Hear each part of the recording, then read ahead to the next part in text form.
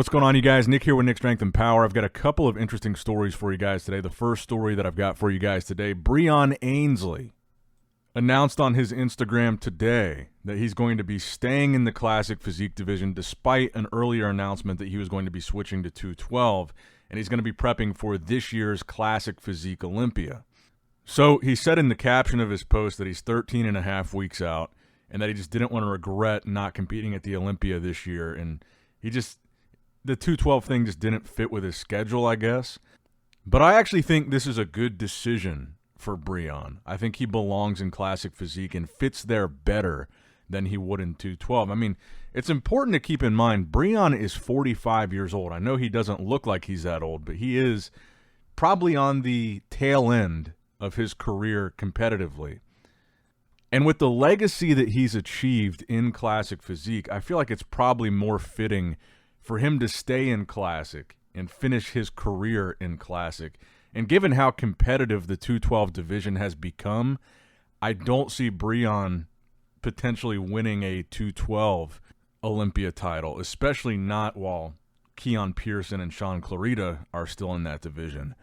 However, I do think it's unlikely for him to win another Classic Physique Olympia title, but I don't think it's as crazy or as near impossible as it would be in 212. I mean, just last year, Breon was still top 5 at the Classic Physique Olympia.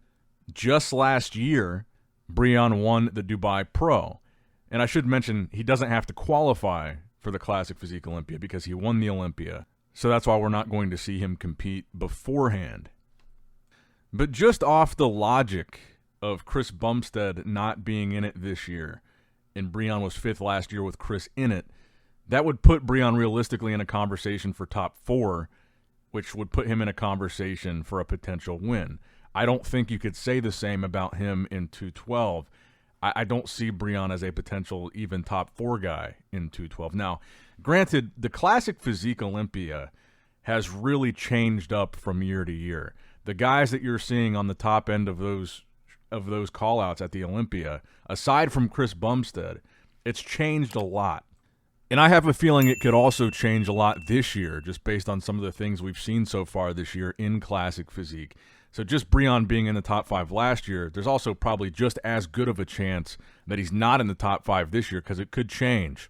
But I think being 45 years old and realistically probably coming to terms with the fact that the competitive years are towards the end, I kind of like the idea of him finishing out his career in Classic Physique while he is still on top. I mean, again, just last year, top 5 at the Olympia, he could do that again. And as long as he's placing in those top spots, first call out at the Olympia, I don't know why he wouldn't want to do Classic Physique unless he just really, the goal is to win another title, which I don't necessarily think he will.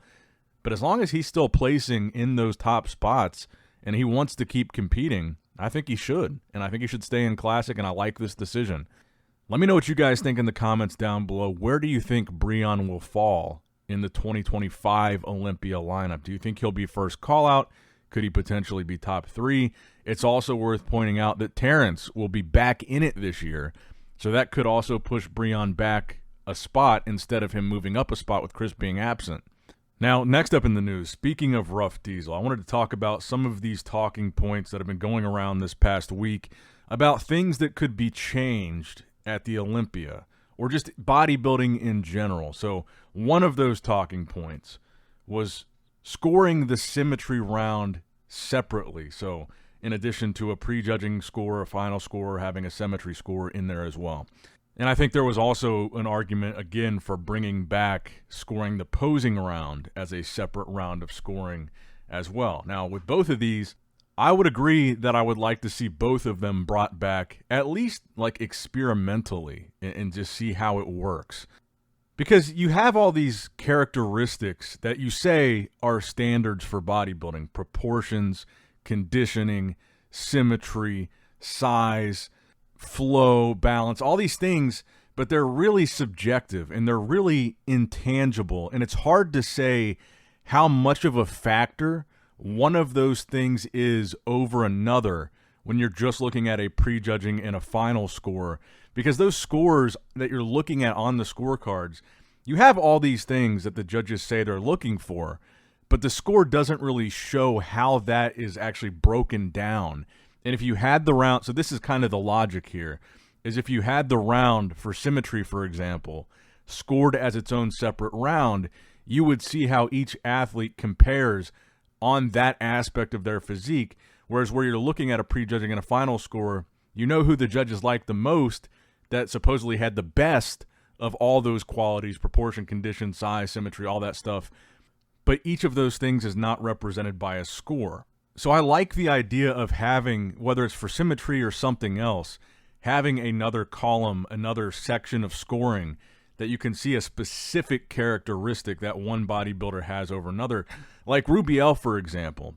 One of the criticisms against Rubiel, there's a lot of them, and aside from the obvious conditioning criticism, but one of the criticisms is, yes, he's a mass monster, he's got a ton of size, he's the biggest guy on stage, but he does not have an aesthetically pleasing physique. And I think the reason for that is his proportion. His lower body is absolutely gigantic, but I feel like it really throws off the balance of his physique, makes him look unaesthetic, and that goes into proportions. So this example is that, so when Rubiel wins a show, like he did this past weekend, and you see that score of 3 for prejudging, and you see that score of 3 for finals, that score tells you he won, and the judges had him winning unanimously, but what it doesn't tell you is how did his proportions play into that score? How did his symmetry play into that score? How much of a factor was conditioning over muscle mass, or muscle mass over conditioning? So I think people want that extra specific measurable attribute that somebody can say, oh, this is specifically why this guy won or this guy lost. And then also I think symmetry is a very important part of bodybuilding that helps keep it within the bounds of being aesthetically pleasing. And I think a good place for to try to start that would probably be classic physique over bodybuilding, because classic physique is more focused on that aspect of the physique of being aesthetically pleasing and being symmetrical. And I don't know how well it would be received in open bodybuilding, because there's so many freaks that don't have the best balance or don't have the best symmetry. But classic physique, that's more important. Even though it should be as important in bodybuilding, it doesn't seem to be. And Terrence, by the way, I believe is one of the most symmetrical guys we've seen in a very long time, and that's why I'm showing this video and his post about this topic, because I do feel like he's one of the guys that this would really benefit. And symmetry, by the way, is like if you drew an imaginary vertical line down the center of the physique, would the left side match the right side? And then when I say balance, I'm talking about more upper body to lower body ratio, and proportion could be really anything. Proportion could be your legs to your arms proportion. It could be your arms to your chest, your arms to your shoulders. It could be really any muscle group compared to another. But that's what I mean when I say balance, symmetry, and proportion. So let me know what you guys think in the comments below. Do you think it would be a good idea to add an extra category of scoring where you could specifically see one of these attributes, such as symmetry, and see how each guy scores against each other in that specific thing, maybe making it a little bit less subjective of what the judging criteria is when you're looking at just a prejudging and a finals number? And I think the idea, by the way, is that this is not a crazy suggestion, because this is something they've played around with a lot in the past, adding different rounds that are scored, whether it's posing or symmetry or the challenge round at the Olympia. These are things they've added and subtracted before, so it's not necessarily something that they would be totally opposed to, maybe experimenting with. Now, the next topic I want to talk about today, I've seen a lot of people talking about this topic in particular, the number of athletes at the Olympia and how to address it. And I think this picture actually really exemplifies what I'm talking about here. Actually, one of my friends sent me this earlier today, and I thought, oh, that'd be good for what I'm talking about today. This was posted on Men's Physique Radio, their Instagram page. This is the current total number of qualified athletes for the Men's Physique Classic Physique Olympia, all pictured in this same image. 52 athletes from 21 countries. And keep in mind, there's still 3 months till the Olympia. There's still a lot more people that are going to qualify or could qualify. So this is something I saw Dennis James talk about recently, Milo Sarshev talked about recently, Bob Ciccarello, Sean Ray. A lot of people have been talking about things to change at the Olympia, specifically the number of competitors. Are there too many? I'll be the first to say, yes, I think there are too many competitors at the Olympia. I think they have way too many. I think anything that starts to get over 50 is way too much. I mean, I know that sounds harsh, but you already have a ton of divisions. So the Olympia has every single division. That already really extends the length of the show and I think really negatively impacts the viewing experience. So the divisions are one thing, but then within all those divisions, you have some like men's physique where you have 50 plus. I believe there was a division last year. It may have been classic. One of them had, I believe, over 70 competitors on the final competitor list. And let's be honest here, just viewing experience aside, length of the show aside, once you get past those first two call-outs, let's say you have two call-outs of 6 people. Those are the first two call-outs. That's 12 guys, probably your top 12 placings. Maybe you care about that third call-out, which would put you at maybe 18 to 20 guys. After that, if you have 50 guys, who is watching the 4th, the 5th, the 6th, the 7th, the 8th, the 9th, the 10th call-out? And not only who is watching, but who is even going to care or remember those placings? Or, I mean, what's the point? They don't even keep score after 16th place. Everybody ends up as a tie for last place after 16th. So not only are you just making it a crazy long show and diminishing the viewing experience, but at what gain? And I think the answer to that is why it's so hard to find an alternative way to do this, because I've seen different suggestions. I've seen the Olympia should be an invitational. I've seen they should bring back the point system for qualifications.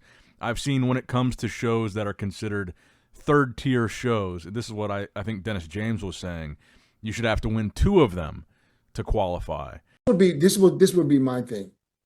Any of this top tier, second tier, third tier. Third tier shows are those, we call them usually the $10,000 shows. Yeah. You have to win at least 2 to qualify. Like Rubio, he just won 2 shows, he qualified for this year. Yeah. If you win 1, you do not qualify. Sasan win 2. Yeah. Yeah.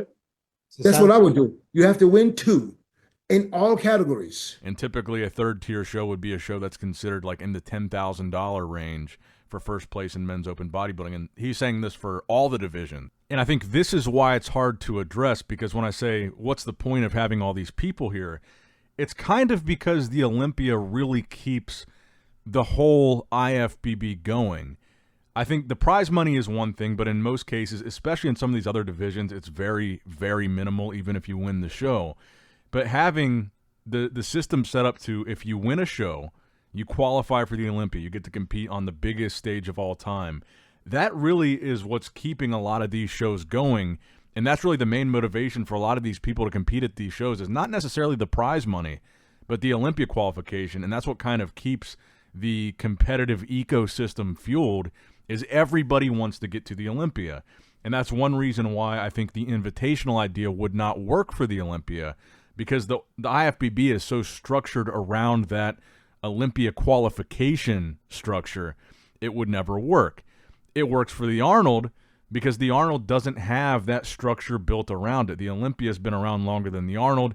The Arnold can be an invitational because that IFBB structure does not revolve around what happens at the Arnold. And I think the idea here is the same thing that we just talked about with adding another judging round, another scoring round, is that it's something they've played around with in the past. I mean, very recently, we still had the point system, and they changed that. And at that, when they had the point system, they did have tiered shows. So like tier 1, tier 2, tier 3, and you got more points the higher the tier of the show to qualify for the Olympia. So they have played around with this idea recently, but now it's you win any show, no matter how deep the lineup, no matter how big of a show, you get to the Olympia. And it seems to be resulting in, especially in the other divisions, to me, in my opinion, way too many people qualified and competing at the Olympia. I like Dennis's idea, It's not the point system idea, but you still have the tiered shows. And then if you win a show like Rubiel won this weekend and last weekend, those two shows, let's call those a tier 3 show. To get to the Olympia, you have to win 2 of those, not 1. And then maybe a tier 1 show would be an Arnold Classic, New York Pro, a Pittsburgh Pro, a Dubai Pro, the bigger ones. Because honestly, I think this is less of an issue in open bodybuilding, so I'm thinking of it in open bodybuilding terms, but this would have a much bigger impact on the other divisions, because typically in open bodybuilding, you don't have more than 20 guys competing at the Olympia anyway. But this would kind of prevent that, and I think we're more talking about these other divisions. How do you cut down on 50-something, 60, 70 athletes? This would be the way to do it.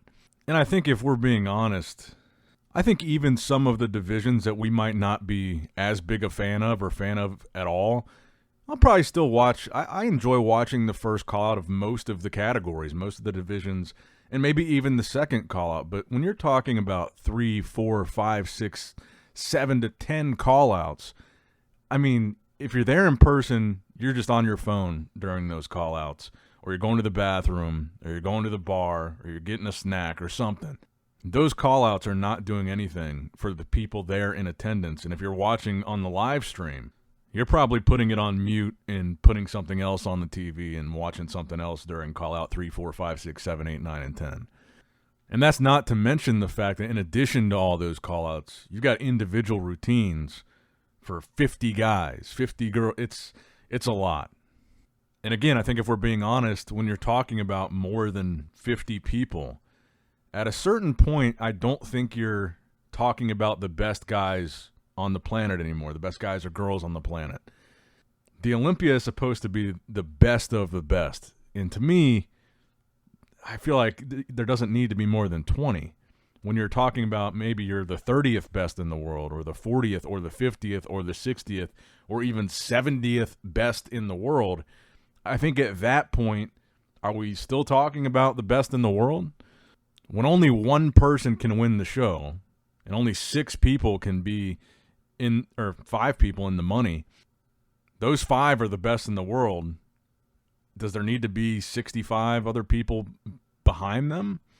I just personally don't think so. But let me know what you guys think in the comments down below. And what do you think the best solution to this problem is? I like what I heard from Dennis. I think that was one of the better ideas that I heard, is you got to win more than one show if you win one of these kind of random shows that nobody shows up to. Now, next up in the news, a recent interview from Nick Walker, where Nick Walker says one of the reasons why he doesn't do a lot of and doesn't like doing guest posings is because of all the criticism that he gets for his midsection after the guest posing. Talking about this yesterday, guest posing wise, I feel like people get criticized a lot with guest posing even too. Like, I feel like you've seen it when you've guest posed. I have. That's why I don't like to do it, dude. What's that? That's why I don't really like to do it. Because, like, you can't just go on there.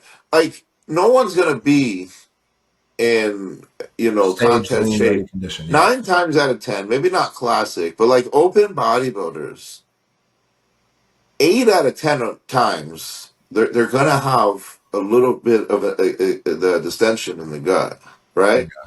Because they're eating, bro. Like, we're eating. It's realistic for your off season, though. It doesn't show, like, you know what I mean? Like, but then we'll get demolished for that. It's like. So he says here that people just don't understand that the bodybuilders are kind of in the off season. They've been eating. This is not a prep. And I try to preface, whenever we talk about a guest posing, I try to preface it with that fact, to take it with a grain of salt. Look at it in context of this is someone who's not prepping for a show and probably in the off season, right? But the flip side of that, Nick is a guy that gets a lot of criticism for his midsection, particularly at guest posings. One of the ones that comes to mind was the Pittsburgh Pro, either last year or the year before. And Nick is on such a level of fame, or maybe you want to call it notoriety, but Nick is such a big name in the sport now that I'm sure whenever he does something like that, he probably gets more comments and messages and really hate than probably anybody else, because he is such a big name. But then also the fact that it is something that seems very specific to Nick when you're talking about the midsection criticism at a guest posing, because I feel like, look at all the guest posings that Samson has done. His midsection didn't look the same as it does on the Olympia stage. I didn't really hear anybody criticizing how Samson looked at any of the guest posings. Keon, same thing. His midsection doesn't look the same as it does on the Olympia stage, but people are usually very impressed by his guest posing. I think with Nick, it just shows the problem with the midsection more. He struggles with it on stage, like on an actual competition stage. He struggles with it at a guest posing. And I think that's why he gets so much criticism, is because you see it in both scenarios. Not as bad recently when he's competing. He's had a lot better control over it. But I guess that's honestly, I think that's a valid reason to not want to do guest posings. Because you got to think about the fact, like, yeah, I would like bodybuilders when they're winning shows and when they're on top, like Nick is, to do a lot of appearances, like meet and greets, go to expos, sign, meet the fans. I don't necessarily think that has to be a guest posing. And if you put yourself in Nick's shoes, whether the criticism is justified or not, because I think the midsection being a problem both in guest posings and on stage is why people point it out so much, but if you go out of your way to do a guest posing that maybe you didn't even want to do in the first place, you maybe get a couple $1,000s for doing the guest posing, and then all you get is thousands of comments, thousands of messages, people saying how shit you looked. Why would you want to keep doing them? And I say this because when I saw the clip of Nick saying this, he was getting a lot of backlash, or there were people like, oh, that's kind of the pussy way out. And I get that he's a bodybuilder and this is part of the game. This is part of the job. I don't necessarily think it has to be. I think if you're a champion bodybuilder and you're winning shows, as long as you're getting out there, engaging with the fans, doing meet and greets, photo ops, whatever, I don't think it has to be a guest posing. If you're competing, you're an active bodybuilder, people get to see you on stage when you compete. I don't think a guest posing has to be a part of that. I think it's a nice bonus when it is. Like, I like what Samson is doing. Samson's done a ton of guest posings, but I don't think you should really feel like you have to. And I think if you put yourself in Nick's shoes, you go travel, let's say to another country, to go do a guest posing you might not even really want to do, and then that's the response you get is, well, no, look, he looked like shit, whether he did or not. Why would you keep doing it? I think it's enough for a guy like Nick to go to a booth, to go to an expo, represent, a sponsor, sign some pictures, go flex for some pictures with fans. I think that's enough. I don't think Nick really deserved the hate that he got for this take. I kind of respect that he said it, because I know that is exactly what happens. I mean, I do it. If Nick does a guest posing and his midsection looks huge, I'll say it in a video. That is what bodybuilding is your fans and the commentators and everybody online is going to look at what you're doing on a big stage, whether it's a guest posing or an actual competition, and they're going to comment on how you looked, whether you were in the off season or eating a lot that day or stressed or traveled. That's just the game. I think it's very easy today for bodybuilding fans or commentators to just say, oh, today's bodybuilders are just crybabies, because that's such an easy clapback to use. But I think it's also okay to have a more nuanced opinion on these things and also put yourself in the bodybuilder's shoes. There's a very real element of bodybuilding now with social media. If you're a big name guy like Nick, just the volume of feedback from people that you get every time you do something big, it's probably something most people would not even understand, the amount of messages and stuff that Nick probably gets. And I think, like, what Nick is saying here is this is why he doesn't like doing them. Why should he like it? Is he wrong for that? He gets paid a little bit of money, goes and poses, and then just gets a week of backlash. Why are we mad at him for saying, I don't like that? I mean, I think you can have a nuanced opinion on these things and not just say it's a crybaby thing to say. You could also say, well, yeah, if I were him, I probably wouldn't like that either. And I'll probably go ahead and end the video there. There hasn't been a whole lot to talk about this week because there's not an open show this weekend. But in the coming 2 weeks, you've got Chicago and Tampa as well. So those are going to be, I think, pretty good lineups. But we're skipping this weekend. There's no open show. I think there is a 212 show this weekend, but nothing for open. But let me know what you guys think about these stories in the comments down below. Make sure you like the video, subscribe to the channel, click that bell notification icon if you have not already. And as always, I love you guys, appreciate you guys. Nick Strength and Power, signing out. All right, guys, don't forget to click that like button and subscribe to this channel if you enjoy the content. Also, check out my Instagram at Nick Strength Power, my Facebook page, which is simply Nick Strength and Power, my secondary YouTube channel, Nick Strength and Vlogs, for vlogs and bonus content that you will not see on this channel. And consider subscribing to my third YouTube channel, Nick Strength and Pokemon, which is all things Pokemon and trading card games, completely unrelated to this channel. So if you're into that, give that one a look. And all links to merchandise and social media will be in the description box below. If you guys want a Nick Strength and Power t-shirt, that will be in the Shopify link below. Have a great day.